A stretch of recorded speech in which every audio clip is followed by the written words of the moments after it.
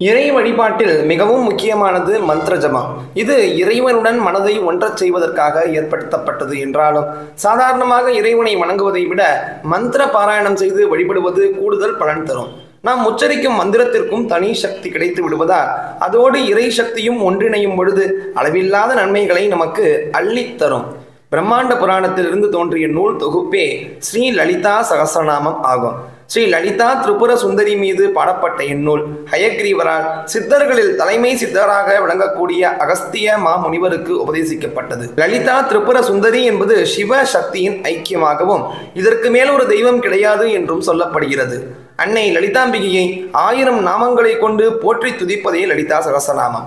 ஒருமுறை உச்சரித்த நாமம் மீண்டும் இடம்பெறாத வகையில் அன்னையின் 1000 பெயர்களை கொண்டு உருவாக்கப்பட்டது லலிதா சகஸ்ரநாமம். லலிதா சகஸ்ரநாமத்தை ஒருமுறை உச்சரித்தால் அனைத்து தெய்வங்களையும் வழிபட்ட பலன் கிடைக்கும் என்பார்கள். ஆனால் தினமும் அன்னையின் 1000 நாமங்களை சொல்லி வழிபட முடியுமா என்று கேட்டால் இன்றைய காலகட்டத்தில் அது கொஞ்சம் கடினமான ஒன்றுதான்.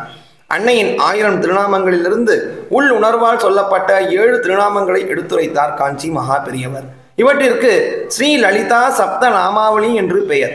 இது பக்தன் ஒருவருக்கு காஞ்சி மகா பெரியவா சொன்ன வழிமுறை ஆகும்.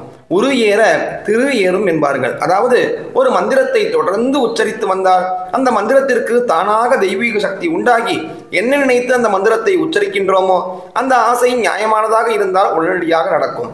அப்படி வாழ்வில் பல அதிசயங்களை நிகழ்த்தும் ஆற்றல் கொண்டதுதான் இந்த லலிதா சப்த நாமாவளி. லலிதா சகஸ்ரநாமத்திலிருந்து தொகுக்கப்பட்ட இந்த 7 மந்திரங்களையும் சேர்த்து உச்சரிப்பதை ஒரு முறை என்று கணக்கில் எடுத்துக்கொள்ள வேண்டும். நவராத்திரி தினம் நாளைய தினம் ஆரம்பம். நாளைய தினம் முதல் 11ஆம் தேதி வரை நவராத்திரி 9 நாட்கள் காலையும் மாலையும் 11 முறை உச்சரிக்க வேண்டும்.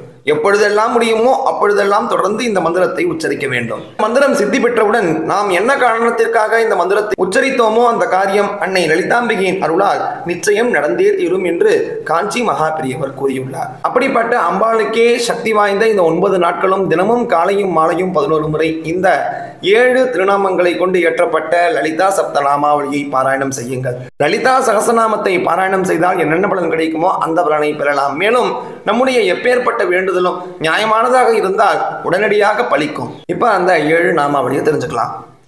ஓம் ஸ்ரீ மாத்ரே நமஹ. ஓம் ஸ்ரீ அன்னதாயை நமஹ. ஓம் ஸ்ரீ வசுதாயை நமஹ. ஓம் ஸ்ரீ சச்சாமரரமாவாணி சவ்யதக்ஷிண சேவிதாயை நமஹ. ஓம் ஸ்ரீ கடாட்ச கிங்கரி பூதகமலா கோட்டி சேவிதாயை நமஹ. ஓம் ஸ்ரீ சிவசக்தியைக ரூபிண்யை நமஹ. ஓம் ஸ்ரீ லலிதாம்பிகாயை நமஹ. 7 திருநாமம் தான். 1000 திருநாமங்களை கூறினால் என்ன பலன் கிடைக்குமோ அந்த பலனை பெறலாம். கட்டாயம் இந்த 9 தினங்களும் தினமும் கூற வேண்டும் என்பதற்காக இன்றைய தினமே நாம் பதிவிடுறோம். தெரியாத பேருக்கு பகிருங்கள், அவர்களும் பயனட்டும் கூறி நாளைக்கு நடப்பதை கூட சந்திக்கலாம். ஜெய் ஜெய் சங்கர, ஹர ஹர சங்கர, மகாபிரிவா போற்றி.